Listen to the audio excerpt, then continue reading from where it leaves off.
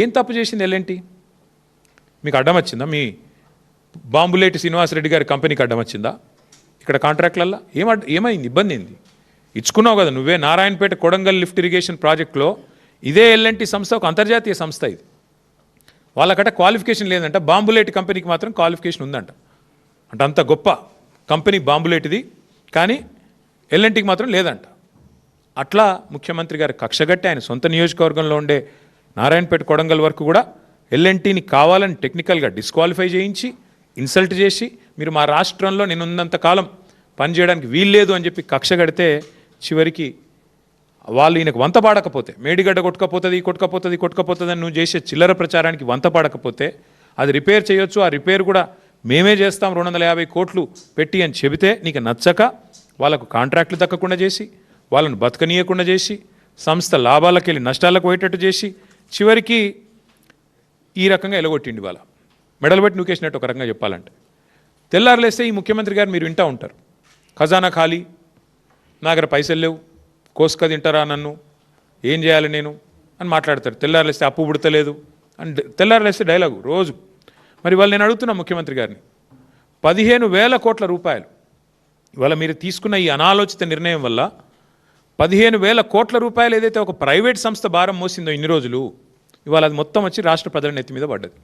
నీ అనాలోచితమైన నీ తప్పుడు విధానాల వల్ల, నీ బ్లాక్మెయిల్ రాజకీయాల వల్ల, నీ అహంకారపూరితమైన నియంతృత్వ పోకడల వల్ల ఇవాళ ఒక ప్రైవేట్ సంస్థ గత 12 ఏళ్ళుగా 13 ఏళ్ళుగా మరి ఏదైతే ఆ భారం అంతా మోస్తూ ఫస్ట్ ఫేజ్ అంతా కట్టిందో, ఇంకా 70 దాకా కూడా వాళ్ళకు ఒప్పందం ఉందో, ఒప్పందం ప్రకారం వాళ్ళే మోయాలా.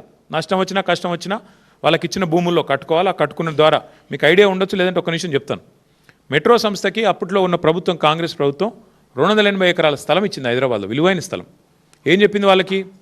మీరు 18 కోట్ల చదరపు అడుగుల్లో మీరు రియల్ ఎస్టేట్ కట్టుకోండి, కట్టుకుంటే దానివల్ల మీకు దగ్గర 50% ఆదాయం మీకు దాని నుంచే వస్తుంది కిరాయిల ద్వారా. 18 కోట్ల అడుగులు అంటే 18 crore square feet of constructed space కట్టుకోమని చెప్పి ఇచ్చినారు.